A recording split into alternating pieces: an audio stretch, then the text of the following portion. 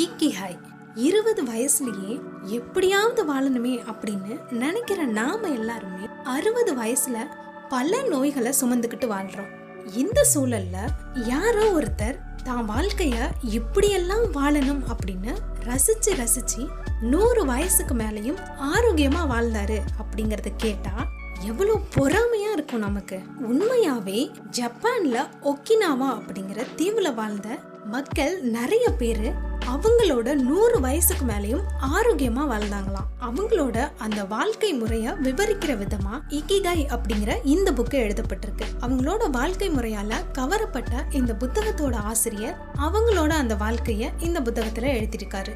எப்பவுமே சுறுசுறுப்பா இருக்கிறது 100 வயசு கடந்தும் வாழணும் அப்படிங்கிற தாகத்தை ஏற்படுத்தும் அப்படிங்கிறது ஜப்பானியர்களோட பழமொழியாவே இருந்து வந்திருக்கு. அவங்களோட அந்த நீண்ட ஆயுளுக்கு அவங்க 2 விஷயங்களை கடைபிடிச்சிருக்காங்க. ஒண்ணு உணவு முறை.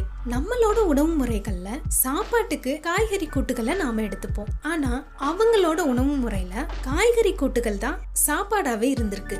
2வது மகிழ்ச்சியான வாழ்க்கை முறை. சொல்ல போனா இப்போ நம்மள பல பேரு இதுக்கான அர்த்தமே தெரியாம வாழ்ந்துகிட்டு இருக்கோம். அதாவது மகிழ்ச்சிங்கிற ஒரு விஷயத்த மறந்துட்டு வாழ்ந்துகிட்டு இருக்கோம் அப்படின்னு தான் சொல்லணும். ஆனா அந்த தீவுல வாழ்ந்த மக்களோட முகங்கள்ல எப்பவுமே ஒரு சிரிப்பு இருந்துகிட்டே இருக்குமா.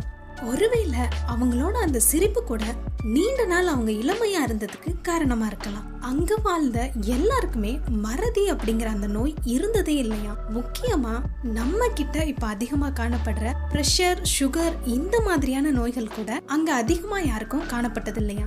அந்த காலத்துலலாம் பிரஷர், சுகர் இந்த மாதிரியான நோய்கள் இருந்ததே இல்லை அப்படின்னு நிறைய பேர் சொல்லியிருப்பாங்க. அதுக்கு என்ன காரணமா இருக்கும் அப்படிங்கறத இந்த புத்தகத்துல இப்படி சொல்றாங்க. இப்போ நாம எல்லாருமே ஒரு போட்டியான சூழல்ல வளர்ந்துகிட்டு இருக்கோம்.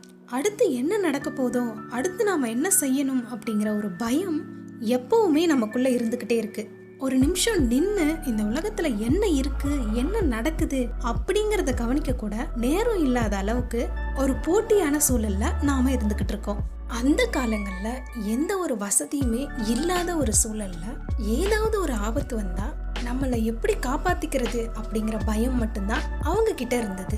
அதுவும் அவங்களோட பாதுகாப்பு குறித்த பயமா மட்டும்தான் இருந்தது.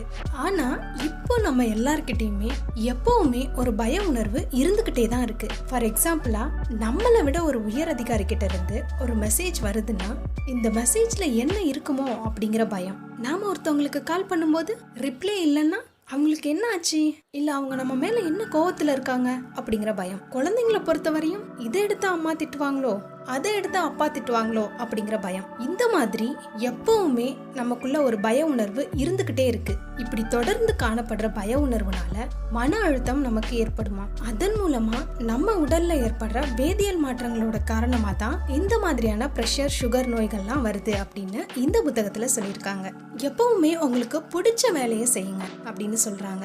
ஏன்னா நீங்க பிடிச்ச வேலையை செய்யும் போது எவ்வளவு நேரம் அதுல செலவிடுறோம் அப்படிங்கிறது கூட தெரியாம அதுல முழு ஈடுபாட்டோட செய்ய வாய்ப்பு இருக்கா. அப்படி செய்யும் போது நம்மளோட மனசுல வேற எந்த எண்ணங்களுமே இல்லாம ஒரே வேலையில நம்ம கவனத்தை செலுத்துறதுனால நம்ம மனசுக்கு ஒரு அமைதி கிடைக்குமா. அது மட்டும் இல்லாம ஒரு வேலையை நாம முழு ஈடுபாட்டோட செய்யும் போது அதுல நாம சீக்கிரமாவே சக்சஸ் ஆகிறதுக்கான வாய்ப்பும் கிடைக்குமா.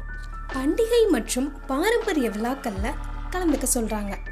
இந்த மாதிரி நாம விழாக்கள்ல கலந்துக்கும் போது அங்க வந்திருக்க எல்லார்கிட்டயுமே பேசி சிரிச்சு பழகும்போது நம்மளோட கவலைகள் எல்லாத்தையுமே மறந்து ஒரு அமைதியான மனநிலையில இருப்போமா. அப்படி நாம இருக்கும்போது நமக்கான உற்சாகமும் அதிகமாகுமா. அவசரமான இந்த உலகத்துல காலதாமதம் காரணமா நாம எங்க போனாலும் வாகனங்கள்ல பயணிக்க ஆரம்பிச்சிட்டோம். ஆனா ஜப்பான்ல ஒக்கினாவா அப்படிங்கிற தீவுல இருக்க ஒகினி அப்படிங்கிற ஊரை சேர்ந்த மக்கள் எல்லாருமே பல நேரங்கள்ல நடந்துதான் போவாங்களாம். இப்படி அவங்க காலையில எழுந்திருக்கிறதுல இருந்து நைட்டு தூங்க போறது வரைக்கும் அவங்க செய்யற ஒவ்வொரு வேலையுமே பொறுமையா ரசிச்சு செய்வாங்களாம். அப்படி நாம செய்யும்போது நாம செய்யற வேலைய எந்த ஒரு குறையுமே இல்லாம சீக்கிரமா செஞ்சு முடிக்க முடியுமா. இந்த உலகத்துல நாம சாதிக்கிறதுக்கான வாய்ப்புகள் நிறைய கொட்டி கிடக்கும்.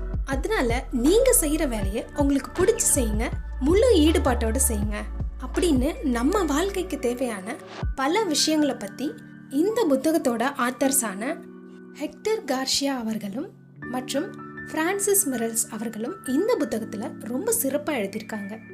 சந்தோஷமான நீண்ட வாழ்க்கையை வாழ்றதுக்கு உடல் ஆரோக்கியம் எந்த அளவுக்கு முக்கியமோ அதே அளவுக்கு முக்கியம் மன ஆரோக்கியமும். அதனால நீங்க செய்யற ஒவ்வொரு வேலையுமே ஒக்கினாவா தீவுல வாழ்ற மக்கள் மாதிரி ரசிச்சு வாழ கத்துக்கோங்க அப்படின்னு இந்த புத்தகத்துல எழுதியிருக்காங்க. மேலும் இதே மாதிரியே இன்னும் நிறைய புத்தகங்களை பத்தியோ அல்லது புத்தகங்கள்ல உள்ள கருத்துக்களை பத்தியோ தெரிஞ்சுக்கணும்னு நீங்க ஆசைப்பட்டீங்கன்னா சவுண்ட்ஸ் ஆஃப் புக் சேனலுக்கு லைக் பண்ணுங்க, கமெண்ட் பண்ணுங்க, ஷேர் பண்ணுங்க, சப்ஸ்கிரைப் பண்ணி பெல் ஐகான் கிளிக் பண்ண மறந்துடாதீங்க. அடுத்த வீடியோல இன்னொரு புத்தகத்தை நான் உங்ககிட்ட ஷேர் பண்றேன்.